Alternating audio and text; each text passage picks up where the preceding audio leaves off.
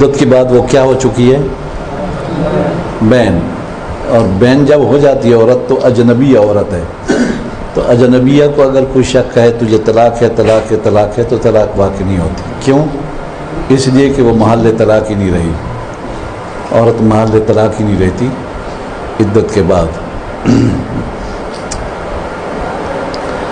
تو ہم نے کہا کہ اگر عدت گزر چکی ہے، یہ تو عورت پر ہوتا ہے کیونکہ حیض لمبے بھی ہو جاتے ہیں.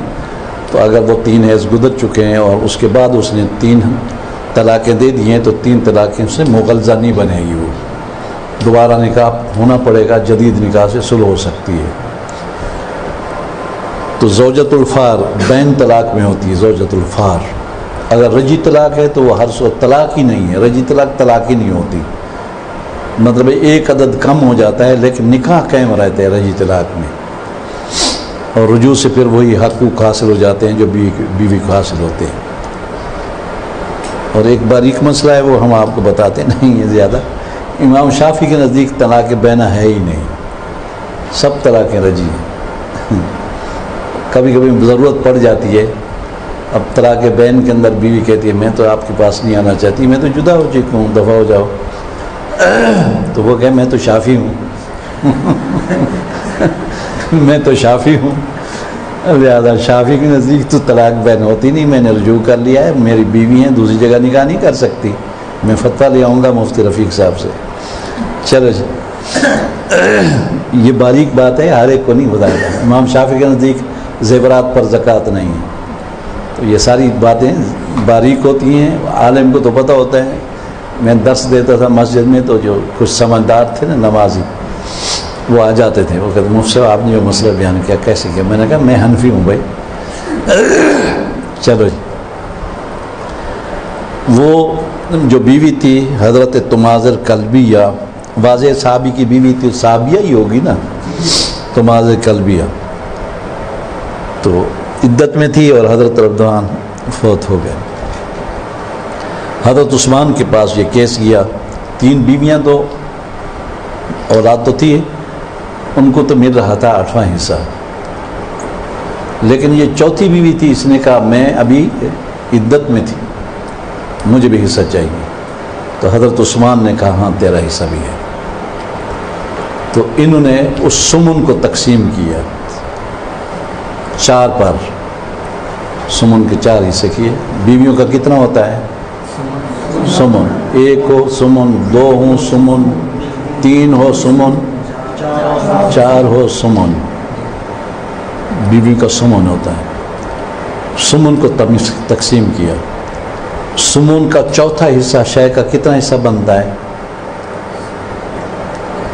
کسی بھی شے کا 8واں حصہ نکالو، 8ویں حصے کا پھر 4تھا حصہ نکالو تو اس شے کا کتنا حصہ بنتا ہے وہ؟ چلو تمہیں حساب کتاب نہیں آتا، 32واں حصہ بنتا ہے. کتنا؟ سمن کو تقسیم کرو 4 میں. ہاں جی واجد کہہ رہا ہے 32 بنتا ہے، اس کو پتہ ہے 32واں حصہ بنتا ہے. تو 32واں حصہ بنا حضرت تماظر کلبیہ کا. اب حضرت تماظر کلبیہ کو راضی کرنے کے لیے فیصلہ یہ ہوا باقی بیویوں کا کہ آپ حضرت عبدالرحمن بن عوف کی جائیداد سے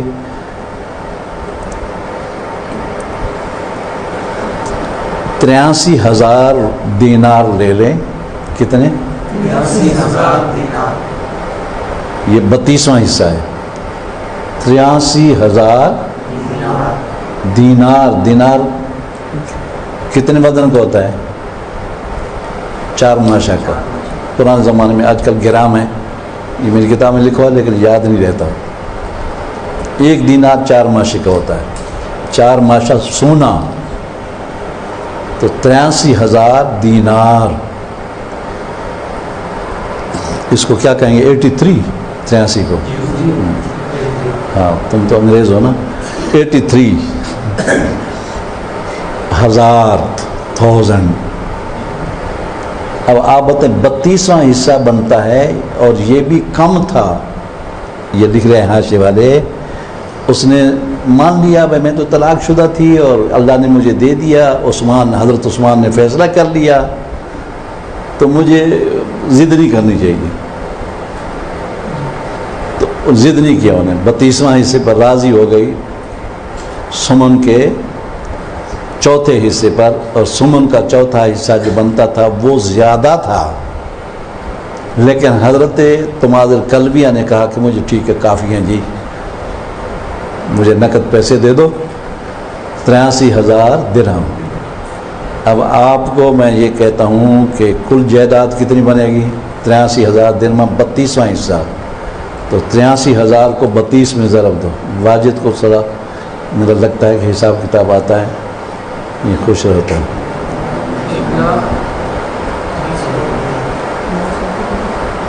83,000 اگر ہو تو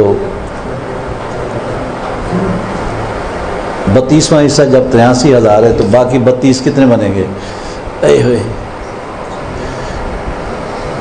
کوئی پتہ نہیں.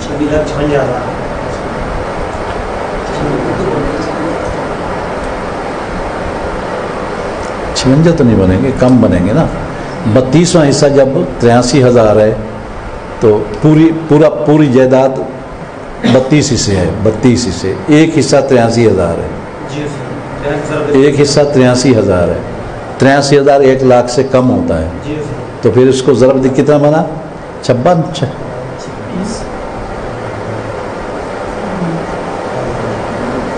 32 لاکھ تو نہیں بنے، لاکھ کا ہی رہتے ہیں آپ، کیا بنے؟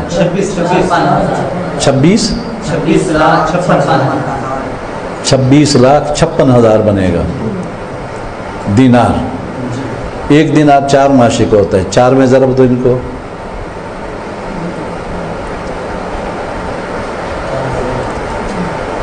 ایک لاکھ 26 جو بڑھ رہا 56,000، اس کو 4 میں ضرب دو، کتنا بنا؟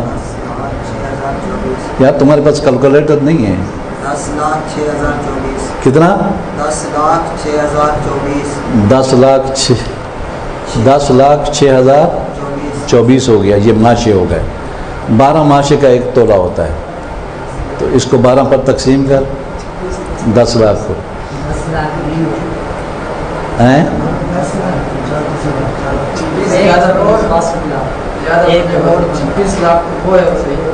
جی.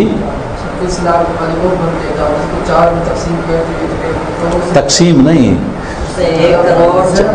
4 سے ضرب دینی تھی. 1,06,24,000 جی. یہ کچھ کہتے ہیں، یہ کچھ کہتے ہیں. تمہارے پاس کیلکولیٹر نہیں ہے یار. 1,06,24,000 واجد تو خاموش ہے یار. اچھا تو میں سمجھانا یہ چاہتا ہوں کہ کتنی جائیداد تھی حضرت صاحب کی. اب اس کو آپ نے معاشیوں کو، یہ جو معاشی ہیں 1 کروڑ بنتے تمہارے قول کے مطابق، میں نے نکالا نہیں ہے اور میری کسی کتاب میں اس کے اوپر لکھا ہوگا. یہ آج کل میرے پاس جو شریفیہ آ گیا ہے نا، یہ نیا ہے جو میرے زیر مطالعہ لندن تک رہا ہے، وہ نہیں ہے، پتہ نہیں کہاں چلی گئی وہ کتاب. اس میں نکلے ہوئے ہیں، اوپر میں نے سب لکھ دیا ہے، سب نوٹ کر دیا. اس کو پھر یہ ماشے تولے بناؤ. تولہ یہ ہوتا ہے 12 ماشے کا 1 تولہ. تو تولے بنائیں گے تو 12 پر تقسیم کریں گے اس کو. ایک ضرب ہوتی ہے، ایک تقسیم، ملٹیپلائی اور ڈیوائڈ. اب تقسیم کریں گے تو کتنے تولے بنیں گے؟ 850 اندازہ کرو. 12 تمہیں نہیں سمجھ آتی، اپنے طور پر کہتے ہیں 885، یہ کہتے ہیں تولے بنے گے. 88 لاکھ 5,300. ہاں یہ 800 بنا دیا اس نے، 32 لاکھ بنا دیا. پتہ نہیں کیا ہے یار، تمہاری سب کی حالت میرے جیسی ہے. تمہیں یعنی کیلکولیٹر استعمال کرنے میں طریقہ نہیں ہوتا، اور بنات خاموش ہیں، ان غریبوں کو پتہ ہی نہیں چلتا کیا ہوتا ہے.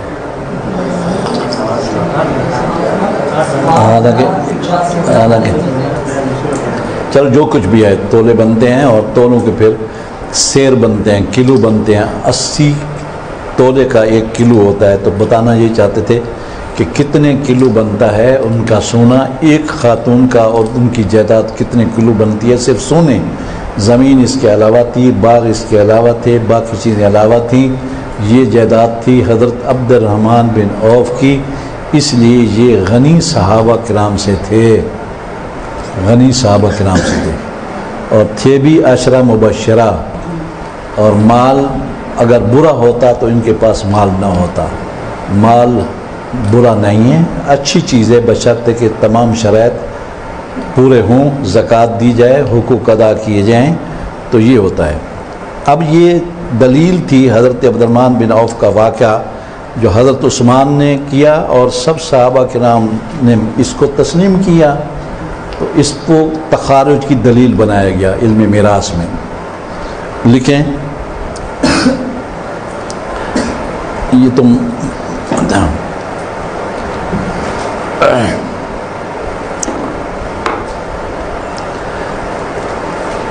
تخارج والی صورت میں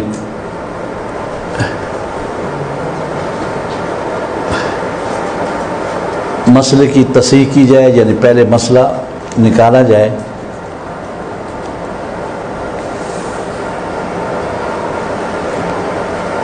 جو مصالح شخص ہے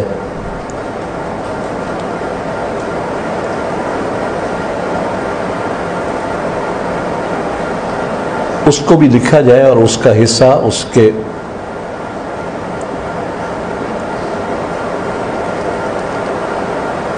اس کے خانے میں درج کیا جائے۔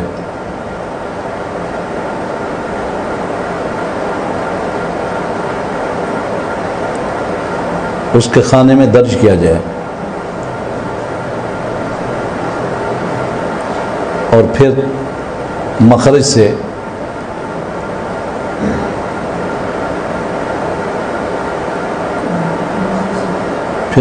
سے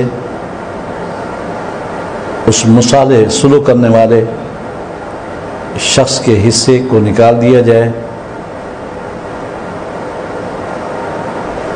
اور بعداً اخراج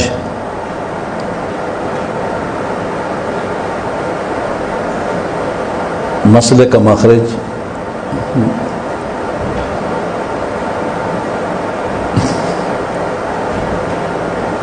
بعد الاخراج مسئلے کے مخرج کو نافذ کیا جائے۔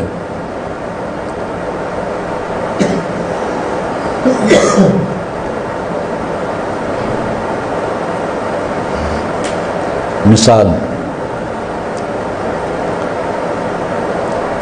لکھ لیا، زوج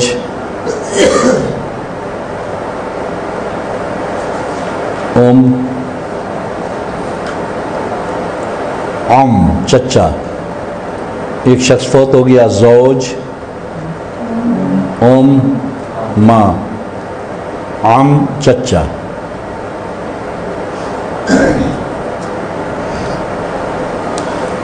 لکھا، مسئلہ نکالیں۔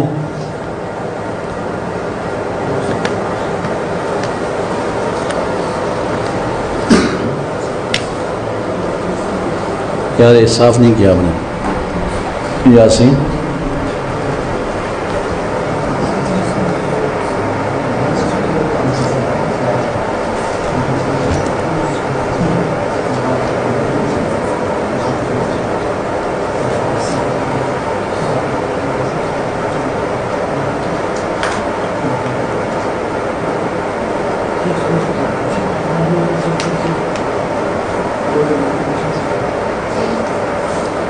لکھ لیا، زوج مسئلہ کس سے ہوا؟ مسئلہ 6 سے۔ زوج کو کتنا ملا؟ 3۔ ماں کو کتنا ملا؟ 2۔ چچا کو کتنا ملا؟ 1۔ یہ مسئلہ نکلا ہے۔ اب جیسے یہ بیان کر رہے ہیں، فصالح الزوج من نصیبہ علی ما فی ذمتہ من المہر،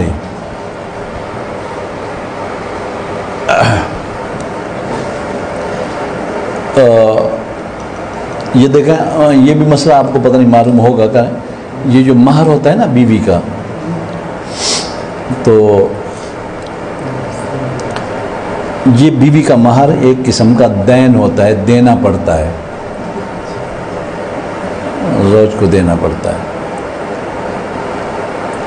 اب بیٹی والوں نے کہا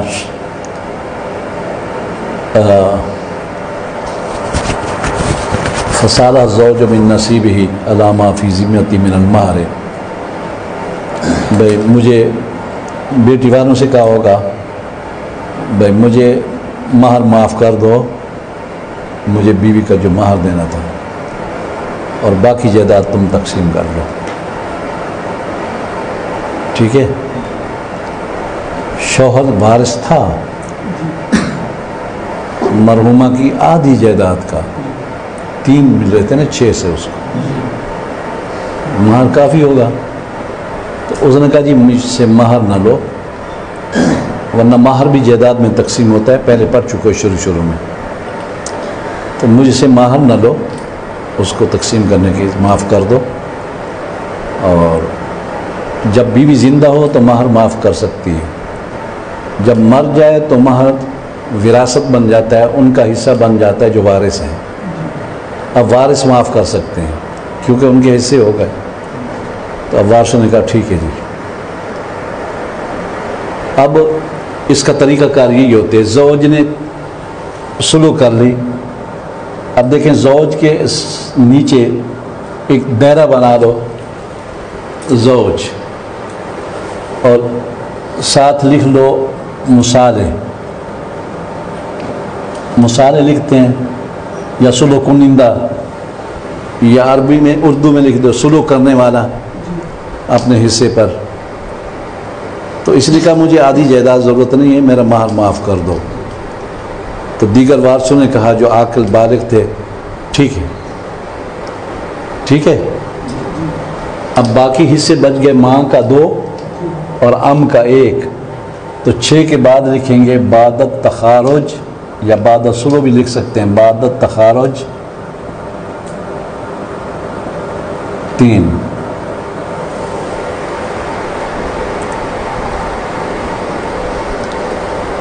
بعد التخارج 3، ماں کو 2 مل رہا تھا 2، اور ام کو 1 مل رہا تھا 1، تو ان کے 2 اور 1 3 ملا، 3 حصے ہو گئے، تو اب جائیداد کے 3 حصے کریں گے، شوہر چلا گیا، مہر کو جائیداد میں شمار نہیں کریں گے، اور اس کے 3 حصے کریں گے، 2 ملیں گے ام کو اور 1 ملے گا ام کو، سمجھ آیا؟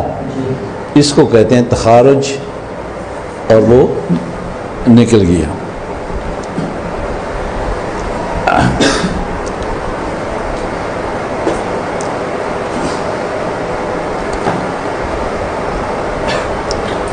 چلو جی، اس پر سوال ہوتے ہیں بھی تم نے مسئلہ نیا کیوں نہیں کیا، تو یہ کہتے ہیں یہ خلاف اصل بن جاتا ہے۔ اسی مسئلے کے اندر لکھو کہ چچا نے سلوک کر لی ترکے پر،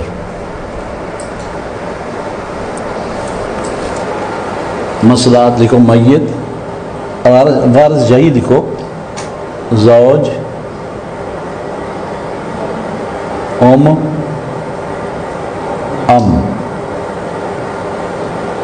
مسئلہ 6 سے 3 زوج کو ملا،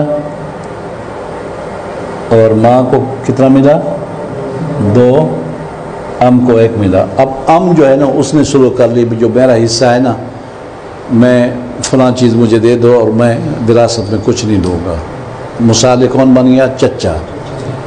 اب چچے کو بریکٹ میں، یہ بریکٹ یوں ہوتی ہے نیچے یوں لگاتے ہیں، بریکٹ لگا دو، نیچے دائرہ بنا دو، جب دائرہ بنا گیا تو پھر زوج اور ام کا جو حصہ ہے 3 اور 2 5 ہو گیا، تو بعد التخارج 5۔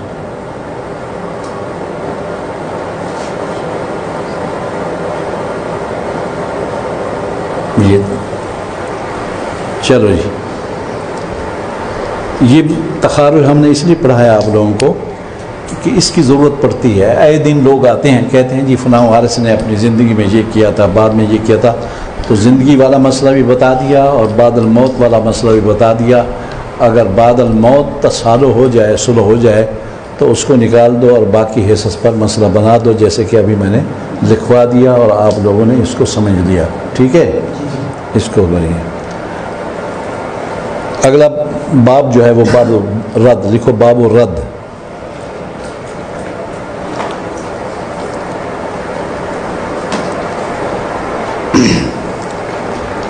اس نے تعریف کی الرد و ضد الاول.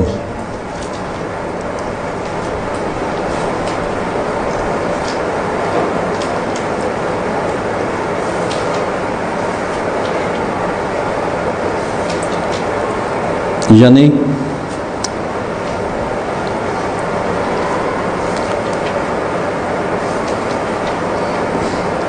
حصے مخرج سے بڑھ جائیں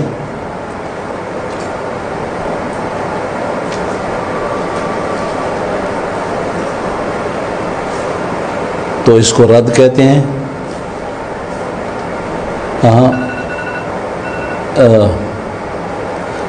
اول کہتے ہیں. حصے مخرج سے بڑھ جائیں تو اس کو اول کہتے ہیں، اور مخرج حصوں سے بڑھ جائے تو اس کو رد کہتے ہیں. مخرج بڑھ جائے، مخرج بڑھ جائے حصوں سے،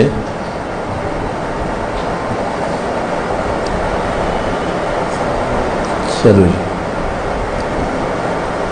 لکھ لیا. صحابہ کرام کا اجماع ہے اس بات پر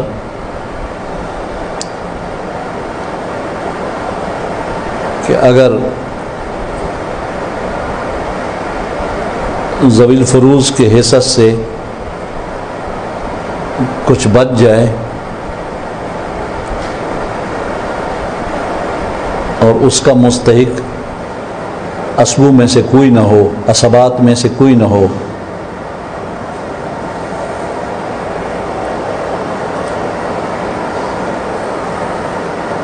یا ذوی الفروض ہوں لیکن وہ من لا یرد علیہم ہوں،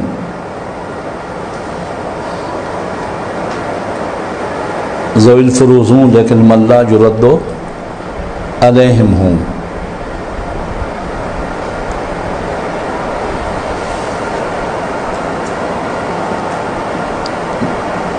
لکھا. تو باقی ماندہ حصص کو دوبارہ ذوی الفروض پر اس نسبت سے تقسیم کیا جائے گا جس نسبت سے پہلے حصے دیے گئے تھے.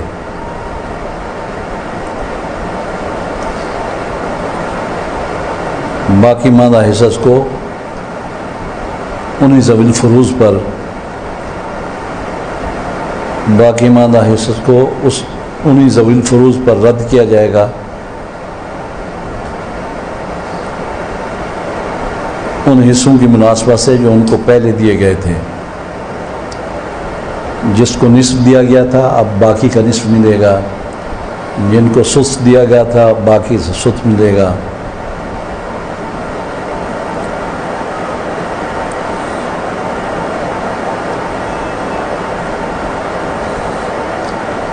یہ جمہور صحابہ کا قول ہے.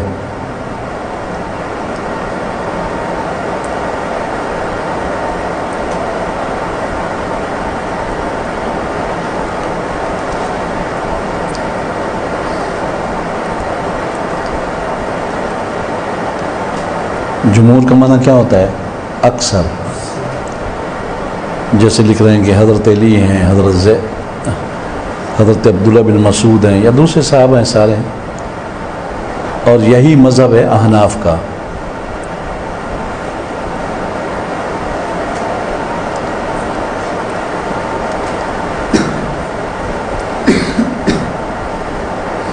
لیکن حضرت زید بن ثابت فرماتے ہیں جو باقی بچ جائے وہ بیت المال میں دیا جائے.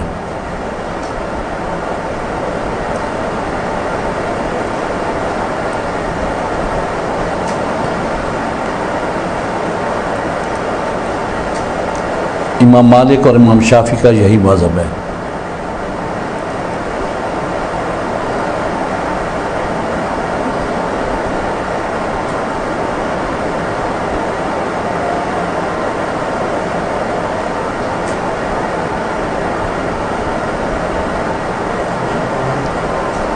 چلو جی، اب اس پر دلائل وغیرہ سارے شروع کے اندر موجود ہیں، ہر ایک کے دلائل تو ہوتے ہیں، تو وہ واقعات بھی موجود ہیں اس پر، لیکن مذہب